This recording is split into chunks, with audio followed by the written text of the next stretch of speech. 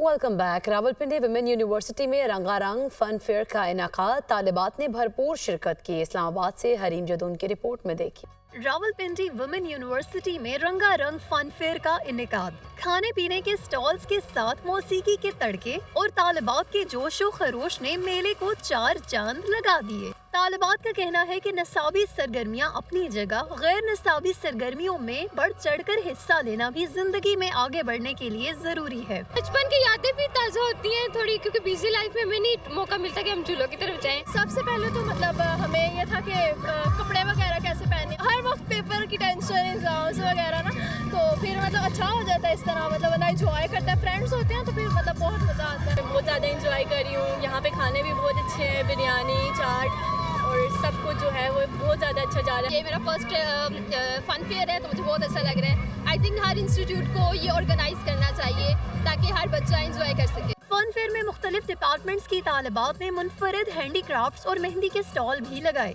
तफरीह के लिए झूलों का भी एहतमाम किया गया। आगे बढ़ने की दौड़ में हर वक्त पढ़ाई का जुनून सर से नहीं उतरता। तलबा का कहना है कि ऐसे इवेंट्स इस दौड़ में एक रिलीफ और ताज़ा दम होकर पढ़ाई की तरफ लौटने का जज्बा बढ़ाते हैं। कैमरामैन कामरान शौकत के साथ हरीम जदून, दुनिया न्यूज़, रावलपिंडी।